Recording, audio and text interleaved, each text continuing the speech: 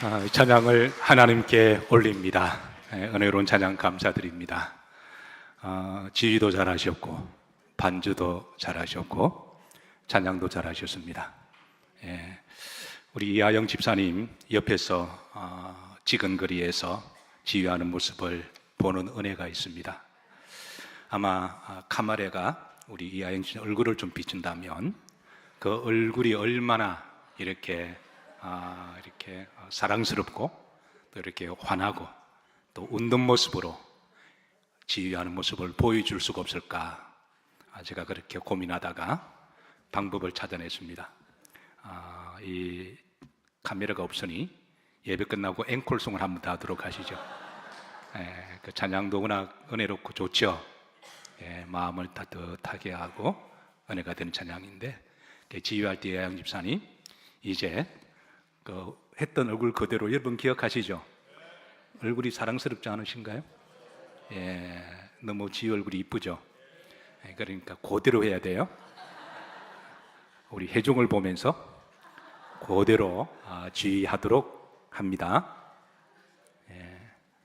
왜 아멘 안 해요?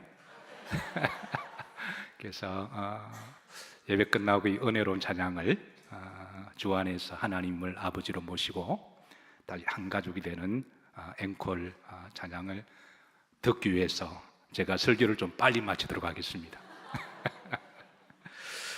자, 여러분들을 주의 말씀으로 인도합니다. 로마서 1장 30절을 보시면 바울은 원죄의 속성과 기질 중에 부모를 거역하는 이 부분을 드러내고 폭로하는데요. 자, 30절 중반절을 보십시다. 자, 이제 부모를 뭐하는 자요? 거역하는 자요. 자, 사람에게는 두 가지 양면성이 있습니다. 특별히 그 자녀들이 부모에 대한 양가의 감정 중에 하나는 분명히 나를 낳아주신 육신의 부모를 사랑하고 존경하고 순종하고 어떻게 하면 잘 모시고자 하는 그런 마음이 있는가 하면, 또 다른 한쪽의 마음에는 왠지 모르게 부모 말을 잘 듣지 않고 하라고 하면 하지 않고, 그래서 이 청개구리의 마음을, 부모의 말씀을 거역하는 그런 또 다른 한 마음이 존재하고 있습니다. 사실 자식 입장에서 부모를 잘 공경하는 게 쉬운 일은 아닙니다. 그런데 그럼에도 불구하고 특별히 부모님을 잘 모시고 그리고 공경하는 자녀들이 있습니다. 저는 이런 분들을 보면 두 가지 생각합니다. 기본적으로 그분의 인품이 참 훌륭하시거나 성품이 좋으시다. 그리고 또 하나는 참 믿음이 좋으시고 영성이 좋으시다. 우리 기독교에서 말하는 믿음과 영성 중에 하나가, 믿음 생활을 잘하면 성경 말씀대로 육신의 부모님을 귀히 여기고 또 육신의 부모님을 공경하고 육신의 부모님을 이렇게 잘 모시는 것이 바로 믿음의 열매인 줄로 믿는데, 그래서 특별히 육신의 부모님을 잘 모시는 분들을 보면 개인적으로 더 진한 감동이 있고 또 존경하는 마음을 갖습니다. 사랑하는 성도 여러분, 아직까지 육신의 부모님이 살아계신다면 잘 모시기를 주의 이름으로 축복합니다. 그것은 하나님의 명령이기도 하지만 부모님이 돌아가시고 난 다음에 덜 후회하는 일이기도 하고, 그리고 우리가 자식을 키울 때 우리가 좀 더 떳떳할 수가 있습니다. 그리고 무엇보다도 하나님이 축복을 하십니다. 자, 바울이 살던 로마 제국 시대에 부모에 대한 이해가 있고 정의가 있고 법령이 있는데요. 마르쿠스 키케라고 하는 사람이 로마 시대의 최고의 정치학자이면서도 철학자로 평가되죠. 그런 그의 저서 중에 데 엠벤티오네라고 하는 책에서 로마인들에게는 세 가지의 신성하고 거룩한 의무가 있음을 기록합니다. 자, 첫 번째는 로마의 신들에 대한 의무가 있고, 두 번째는 조국에 대한 의무가 있고, 세 번째는 부모에 대한 의무를 기록합니다. 이 세 가지 신성하고 경건한 의무 중에 부모에 대한 의무를 피에타스라고 그러는데요, 이에 대한 정의를 이렇게 정의를 해놨습니다. 자, 다 같이 한번 합독하실래요? 부모를 공경하는 것은 모든 미덕의 근원이며 사회 질서의 기본이며 자녀로서의 의무와 책임이다. 자, 그런데 바울이 살던 시대에 로마 제국 전체를 경악하게 만드는 끔찍한 사건이 있었고, 이로 말미암아 재판 사건이 있었습니다. 흔히 이 재판 사건을 포에나 쿨레이라고 부르는데요, 포에나는 재판이고 쿨레이는 자루입니다. 그러니까 우리말로 직역하면 자루재판 정도 되겠죠. 자, 이 사건의 내용은 자식이 부모를 살해해서 자루에 넣어서 갖다 버린 사건입니다. 그것만 해도 끔찍하고 놀랄 일인데, 그 자루 안에 독사 뱀을 넣어서 같이 이제 묶어서 버린 사건입니다. 이 사건으로 말미암아 로마 전체에 큰 충격과 이슈가 되었는데요, 그래서 이게 이제 재판이 벌어지게 됩니다. 그래서 이 재판을 그 당시에 로마의 세계의 재판이라고 불리웠고요, 이 재판이 어떻게 과정이 진행되는지, 또 어떻게 재판 결론이 나오는지 모든 사람들의 추미의 관심사였습니다. 자, 그래서 결국은 이제 이 재판의 결과가 나오고, 재판에서는 부모에 관한 새로운 법령이 3가지가 공포가 되었는데요, 첫 번째입니다. 자, 부모를 살해한 자에게는 뭐로 다스린다? 뭐로 다스린다? 사형으로 다스리는 법령이 제정이 됩니다. 두 번째로, 부모를 대적하는 자에게는 부모가 그 자녀를 팔아버릴 수도 있고, 그리고 노예로 만들 수도 있다. 이게 법적인 법령이 제정이 됩니다. 세 번째는, 부모에게 마하는 자녀에게는, 불순종하는 자에게는 가정에서 마할 수 있다, 주방할 수가 있다. 사랑하는 성도 여러분, 앞으로 부모님들에게 잘하시기를 주의 이름으로 축복합니다. 아마 여러분들은 그렇게 생각하실 거예요. 아니, 어떻게 부모를 살해하고 그 부모를 자루에 넣어서, 독사를 넣어서 버릴 수가 있을까? 정말 끔찍한 사건이고 경악스러운 일이지만, 그런데 이게 사실 우리나라에도 이와 비슷한 이제 풍습이 있었는데, 소위 고려장이죠. 물론 나름대로 우리가 잘 미화를 해서 해석을 하면, 너무 가난하고 굶어 죽는 사람들이 많아서 나이든 노부모를 산에다 갖다 버렸다라고 해석하지만, 우리가 냉정하게 생각하면 이것도 정말 경악스럽고 끔찍한 사건임에 틀림이 없습니다. 인도에도 이런 풍습이 있었는데요, 인도의 불경인 잡보 장경 안에 보면 나이 든 부모를 버리는 풍습이 있음을 기록하는데, 그래서 우리나라 일부 학자들은 이 고려장은 인도의 불교의 풍습으로 유래가 되었다라고 주장하는 분도 계세요. 자, 일본도 이와 비슷한 풍습이 있습니다. 소위 할머니를 갖다 버리는 산이 있습니다. 그래서 이는 할머니가 나이 들어 병들게 되면 이제 그 산에 다 갖다 버리는 거죠. 사실 이런 일들이 왜 일어났을까요? 그리고 이런 일들은 어느 한 개인의 어느 나라의 문제를 비난하고 책망하는 것이 아니라, 바울은 근본적으로 사람의 마음속에 부모에 대한 양가의 감정이 있음을 드러내고 있습니다. 한쪽에는 잘하고 싶은 마음도 있지만, 또 다른 한쪽에는 원죄의 속성과 기질 중에 하나가 부모를 거역하고자 하는 그런 속성이 있음을 바울은 드러내고 있습니다. 자, 그러면 부모를 거역한다라고 하는 뜻은 무엇이 있을까요? 자, 부모를 거역한다라는 말은 이제 아페이 테시스라는 말인데요, 자, 이 말은 3가지 뜻을 가지고 있습니다. 첫 번째가 바로 글자 그대로 거역한다라는 뜻입니다. 로마서 1장 30절에서는 이 말을 거역한다라고 번역했는데요, 거역은 거스린다라는 말이죠. 그리고 이제 반대편에 쓰는 걸 말합니다. 부모가 하라는 것은 하지 아니하고, 또 하지 말라 그러면 하고자 하는 그런 마음, 우리가 이런 마음을 어떤 마음이라 그러죠? 어떻게 잘 아시네요? 우리가 청개구리 마음이라 그러는데, 그런데 우리도 한때 다 청개구리 아니었나요? 우리가 세월이 지나서 자식이 크다 보면 제일 후회가 되는 것은, 왜 그때 내가 부모님 말을 좀 더 잘 들어주지 못했을까? 그런 마음이 듭니다. 누가복음에 보면 탕자의 비유가 나오죠. 이 탕자의 마음속에 늘 아버지를 떠나고 싶은 그런 마음이 있었습니다. 아버지가 그러지 마라 그래도 이 탕자만의 문제가 아니라 우리 모두의 마음속에 그런 게 있는 거죠. 늘 부모를 떠나고 싶은, 부모가 하라 그러면 하기 싫고 하지 마라 그러면 하려고 하는 이런 마음이 이 원죄의 기질 가운데 있음을 바울은 드러내고 있습니다. 자, 두 번째, 불순종하는 것이라고 되어 있습니다. 사도행전 19장 9절에서는 자, 이 말을 이제 불순종으로 그렇게 번역했는데요. 자, 다 같이 한번 합독하실까요? 어떤 사람들은 마음이 굳어, 자, 여기까지만 읽습니다. 아페이스테시스, 똑같은 말입니다. 이 말을 사도행전에서는 불순종으로 번역했습니다. 한 가지 묻습니다. 자, 여러분, 자식을 키운 부모님들에게만 묻습니다.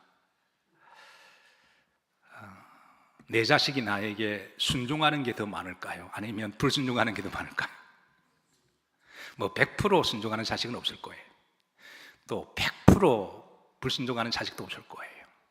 근데 그렇게 좀 비율을 나누고 보면 잘할 때도 있고 못할 때도 있고, 그런데 여러분, 순종하는 자식이 많을까요? 불순종하는 일이 많을까요? 예, 그건 사람마다 다르니까 각자 알아서 한번 생각해 보시면 되겠습니다. 그런데 이 세 번째, 이 아페이테시스라는 말은 이런 뜻도 있습니다. 아마 바울이 이 뜻을 가지고 좀 더 이거를 드러낸 것 같아요. 부모에게 도저히 해서는 안 되는 짓, 우리가 이것을 폐륜이라고 이야기하죠. 사실 부모를 자료에 넣어서 독사를 넣어버리는 것도 해서는 안 되는 짓이죠. 그런데 바울 시대에 그런 일이 있었습니다. 그런데 그 사람뿐일까요? 그런 사람들이 많으니까 바울에서 로마에서 법령을 제정한 거겠죠. 잘 아시다시피 인류의 최초의 가정은 아담과 하와의 가정입니다. 인류의 최초의 가정은 아담과 하와죠. 아담에게는, 하와에게는 두 아들이 있었습니다. 그런데 가인이 아벨을 어떻게 했나요? 네, 죽였죠. 어떻게 죽였나요? 돌로 쳐 죽였습니다. 두 사람만의 문제인가요? 나중에 이 소식을 부모님이 알았을 때 그 피 묻어 죽어간 그 아벨을 가슴에 안고 피눈물을 흘리며 그렇게 부르시지 않았을까요? 차라리 나를 죽였으면. 그러니까 가인은 그 아벨과의 문제가 어떻든 간에 부모에게 참으로 몹쓸 짓을 한 거예요. 인류의 최초의 바로 폐륜은 바로 가인이었습니다. 자, 오늘 바울이 전가하는 것은 이 부모를 거역하는 이 문제는, 속성은 어느 한 개의 문제가 아니라 육에 속한 사람일수록, 육으로 살아가는 사람일수록 그렇게 되기 쉽다라는 것을 전하고 있습니다.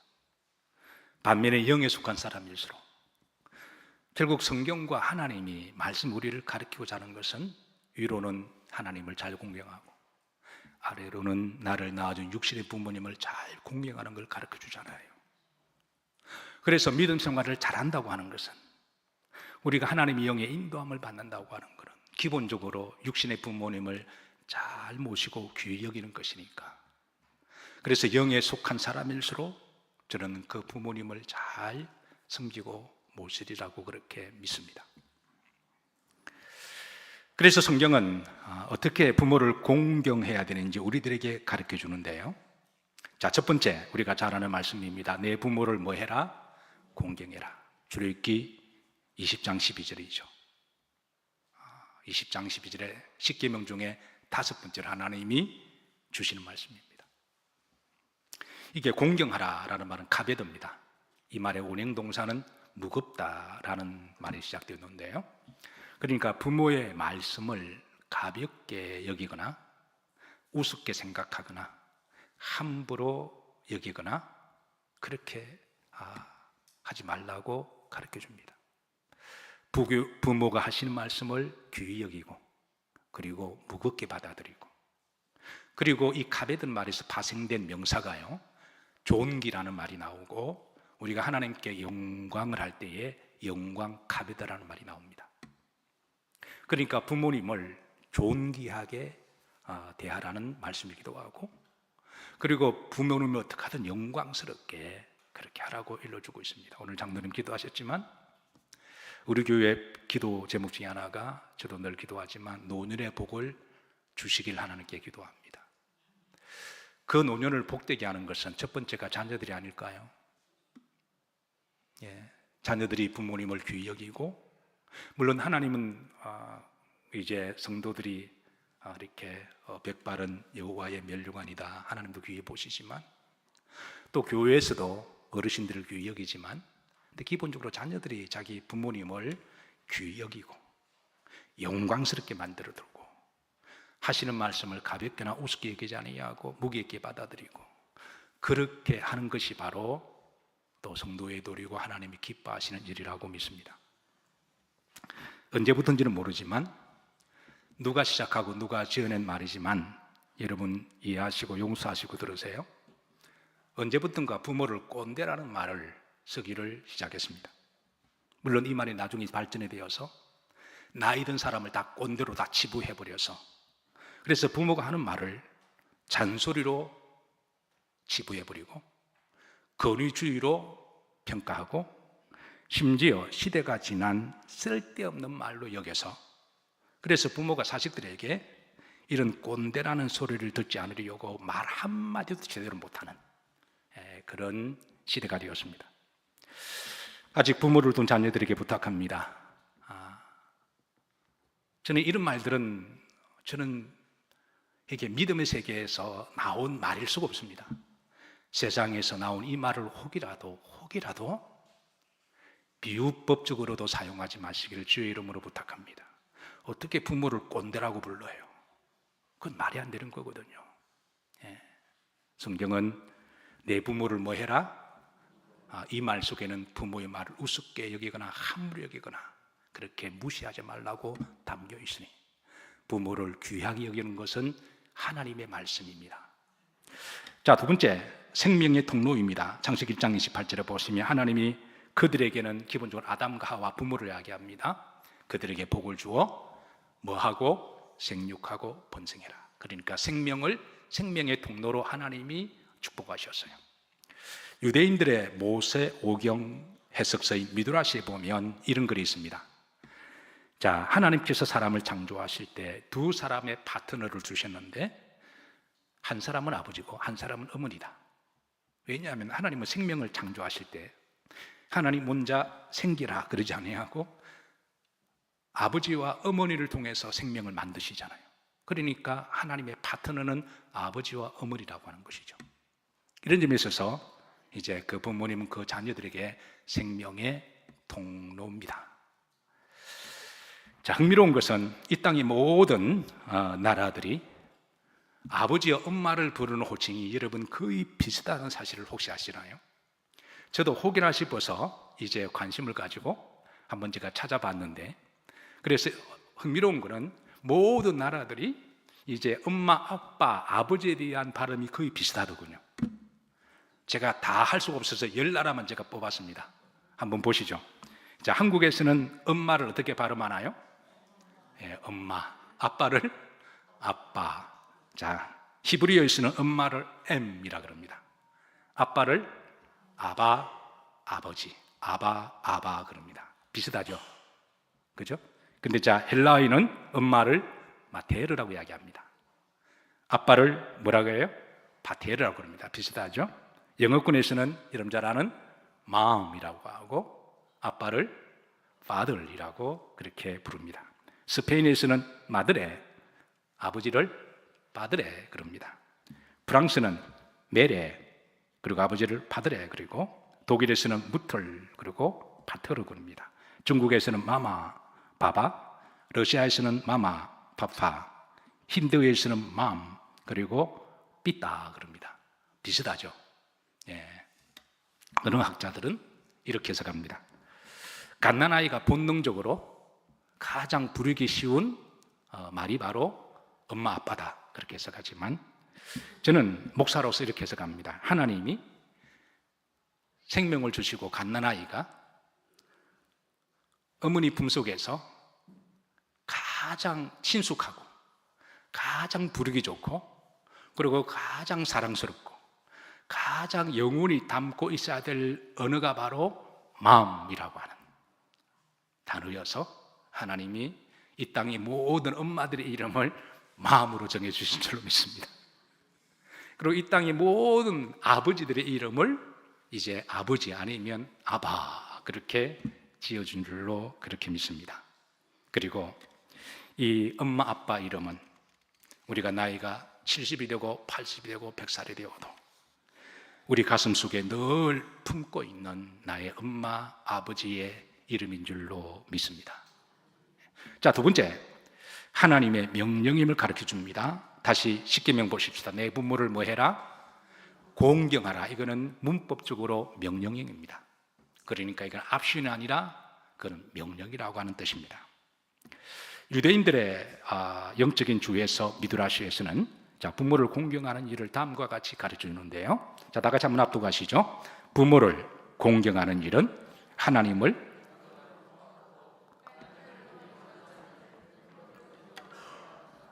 아멘인가요? 예. 그래서 신약 성경에서도 자, 후렴절입니다. 내 부모에게 순종하라. 이것이 뭐하다고요? 이거는 종교를 떠나서도 윤리적으로 도덕적으로 옳다라는 거예요.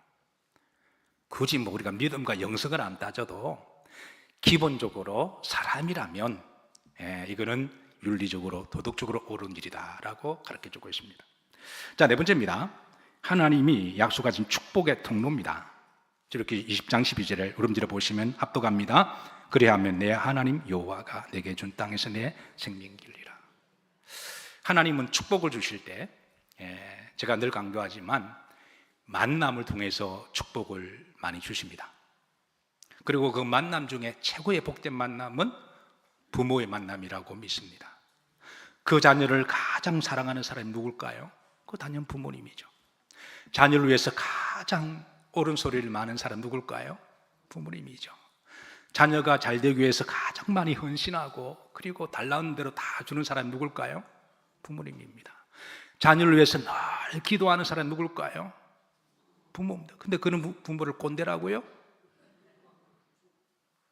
대체 이 말을 누가 지어냈는지 분명한 것은 이 말의 출처는 성경은 아닙니다. 그래서 부모는 그 자녀들에게 축복의 통로입니다. 아멘인가요?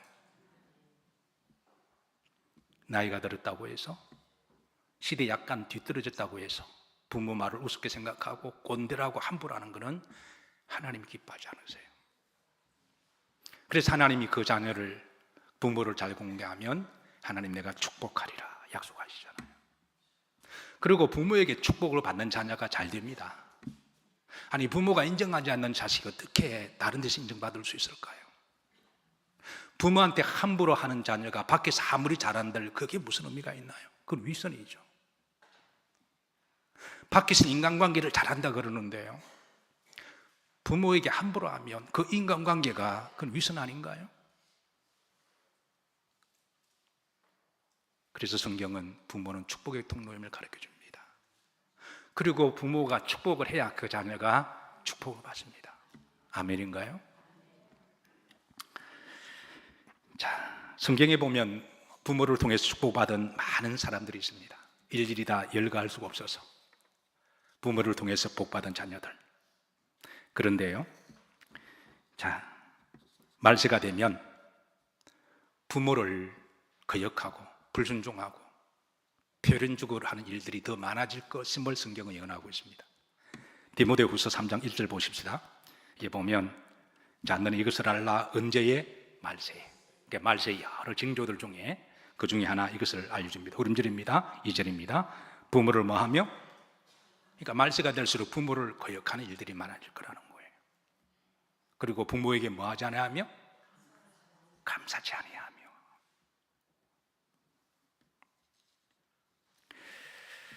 자, 바울은 왜 사람들이 부모를 거역하고 감사하지 않을까? 이건 어느 하나 개인의 문제를 다루는 게 아니라 말세가 될수록 그 마음 육적인 본능으로, 육적인 욕망으로 충만하게 살아가는 사람들이 많아질 것인데, 영으로 살아가는 사람들보다도 육으로 살아가는 사람이 많을 건데, 그렇게 되면 부모를 더 거역하고 부모에 감사하지 않는 일들이 많이 일어날 거라고 하는 거죠. 사랑하는 성도 여러분, 앞으로 아직까지 육신의 부모님이 살아계시면 남은 생애 동안에 다시 한번 거룩한 성전에서 육신의 부모님을 잘 공경하시기를 주의 이름으로 축복합니다. 자, 그리고 성경은 그 반대 말도 있습니다. 자, 여러분, 부모들에게 묻습니다. 자, 우리 부모님들은 한번 대답해 보시죠. 부모 노릇하기가 더 힘든가요? 자식 노릇하기가 더 힘든가요? 어떻게 생각하세요? 물론 자식들은 잘하다가도 가끔 그런 말을 푸념을 합니다. 자식 노릇하기 참 힘든다고. 근데 그것도 맞는 말이기는 해요. 근데 여러분, 자식 노릇하기가 더 힘든가요? 부모 노릇하기가 더 힘든가요? 그거는 부모가 되어봐야 압니다. 부모가 되어보자 그러면 지가 제일 힘든 줄 알아요. 성경은 우리에게 부모에게 주시는 말씀이 있습니다. 시편 127편 3편을 보시면, 보라, 자식들은 누구의 기업이다? 여호와의 기업이다. 그러니까 부모들이 가져야 할 기본적인 사실은 자식은 내 소유물이 아니라는 거예요. 내 게 아니라 기본적으로 하나님의 소유물이다. 이거를 알고, 그리고 이제 그 자녀를 믿음으로 사랑과 기도로 잘 주안해서 양육해야 함을 일러주고 있습니다. 에베소서 6장 4절에 보시면, 아비들아 너희 자녀를 뭐하게 하지 말라? 노엽게 하지 마라. 오늘 이 땅에 많은 부모들이 자식을 내 소유물이라 생각하고 내 마음대로 안 될 때, 교육과 양육이라는 핑계로 자기 감정을 다 드러내고 자녀에게 화를 내고 노를 발산하는 부모도 없지 않아 있습니다. 자, 그런데 분명한 것은 자식이 어릴 때부터 부모에게 자꾸 화나는 모습을 그 자식이 본다면, 자식이 맨날 부모가 볼 때 야단치고 책망하고 폭행을 하는 그 부모의 모습을 본다면 그 자녀를 화내게 만드는 거겠죠. 그런 자녀는 어릴 때 힘이 없어서 그렇지 그 아이가 나중에 크게 되면 똑같이 그렇게 할 겁니다. 아까 제가 포에나 클레이 사건을 예를 들었습니다. 아마 들으시고 세상에 어떻게 그런 일이 있을 수가 있을까? 네, 그렇습니다. 있어서는 안 될 일인데, 근데 오늘 이 시대도 가끔 우리가 뉴스선상에 부모를 폭행하는 사건들이 드러나잖아요. 왜 그럴까? 그건 잘못됐지만, 그러나 만약에 그거를 역학조사를 해서 그 아이가 어릴 때부터 부모에게 학대를 당하고 말을 함부로 하는 말을 듣고 부모한테 늘 자식의 욕을 듣고 폭행을 배운 자식이라면 아마 그 자식이 배워서 그러지 않을까요? 만약에 그 자식에게, 자식이 아직 철이 없어도 부족해도 마음에 들지 않아도 그래도 사랑과 용서와 믿음과 기도와 성령을 가르쳐 준다면 그 아이는 자라서 그 부모에게 똑같이 행하리라, 저는 그렇게 믿습니다. 분명한 것은 육에 속한 사람일수록 점점 육적인 기질로 나아가게 될 것이고, 그래서 심지어 육신의 부모조차도 거역하거나 불순종하게 될 것이지만, 하나님의 영에 충만하고 말씀과 기도로 잘 양육받아 살아가는 성도들은 틀림없이 그 부모님을 저는 잘 공경하리라고 저는 그렇게 믿습니다. 그리고 말씀을 마치면서 우리에게 또 다른 한 영적인 부모도 있음을 가르쳐 줍니다. 이사야 64장 8절인데요. 바로 우리의 영원한 부모님, 영원한 아버지는 누군가요? 하나님 아버지입니다. 아멘인가요? 마태복음 6장 9절에서도 주님께서 우리에게 기도를 가르쳐 줄 때 너희는 이렇게 기도해라. 우리는 주기도문을 자주 기도하잖아요. 기도할 때 하늘에 계신 우리 누구요? 아버지요. 하나님을 아버지라고 가르쳐 주시고 영원한 하늘에 계신 아버지를 늘 기억하라고 일러주십니다. 그리고 마지막으로 로마서 8장 15절에 보면 우리가 예수를 영접하게 되면 성령이 내 속에 들어오셔서 그 성령 우리들에게 어떤 영을 주신다고요? 양자 영을 주심으로 하나님을 아바, 아버지라 부르짖게 하느니라 말씀을 정리해야 합니다. 아직 육신의 부모님이 살아계시면 축복인 줄로 믿으시기를 바라고, 덜 후회하기 위해서 또 하나님의 명령이시고 또 하나님의 축복의 통로이신 육신의 부모님을 기쁨과 사랑으로 잘 공경하시기를 주의 이름으로 축복하며, 또 육신의 부모들도 자녀들을 믿음과 사랑으로 잘 양육하시기를 주의 이름으로 부탁하며, 그러나 우리 모두에게는 하나님이 따라자십니다. 나의 아버지십니다. 우리는 믿음 안에서 하나님을 아버지로 모신 한 영적인 가족인 줄로 믿으시면 아멘 하십시다. 아멘. 자, 앵콜. 자, 우리 이하영 집사님 앞으로 나와서, 자, 이제 지휘할 때 아까 했던 모습 그대로 얼굴을 가지고 이제 우리 혜정을 보고 지휘하시고, 우리 다 같이 또 은혜 받는 시간을 갖도록 합니다. 이 찬양 들으시고 일어나서 우리가 동성 기도합니다. 자, 다 일어나서 찬양해야지.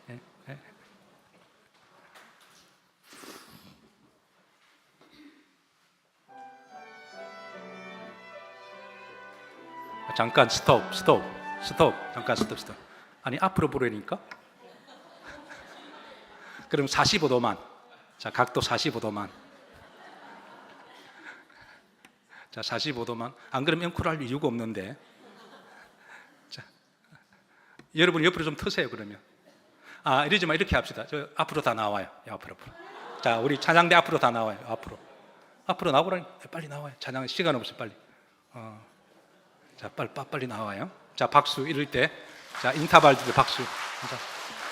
자, 앞으로 빨리 주세요. 빨리 앞으로 찬양대 앞으로 다 줄 서라니까. 네 줄로 다 줄 서. 자, 이렇게 쭉 나와. 쭉쭉 줄 서. 빨리 줄. 왜 청개구리야 다들? 자, 알아서 밑줄 이렇게 해서 한 칸 올라가. 한 칸 올라오고. 자, 올라와요. 자, 보면 돼. 앞으로 당기고 보면 돼.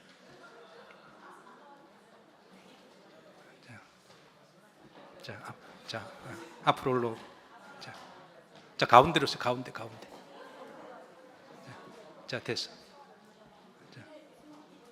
자, 우리 박태용 목사님 뛰세요. 빨리 뛰어. 오늘 또 4부 예배가 또 미국인 예배가 있으니까 예배 빨리 마쳐야 돼.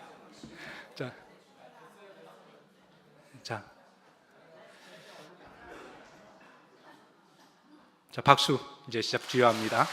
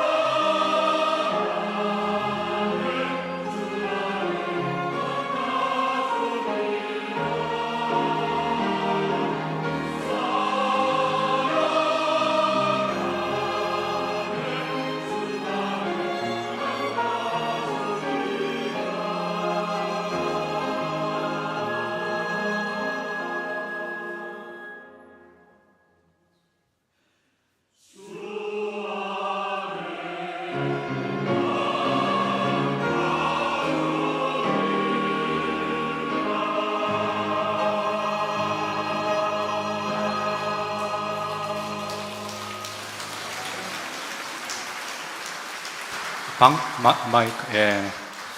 아멘이죠. 한 분 더 인코를 한번 들까요? 우리 후렴 부분의 사랑 안에는 어렵지 않은 곡이니까 우리 다 같이 합창하는 거로 하고 마지막 한 번 더 하도록 하시죠. 예. 자, 눈물을 닦고 한 번 더 하시고, 자,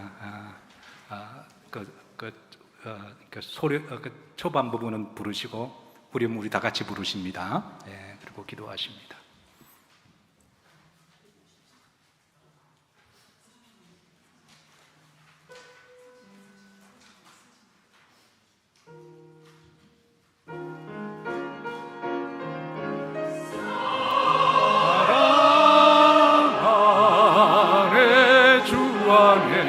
한 가족이라 사랑 안에 주 안에 한 가족이라 주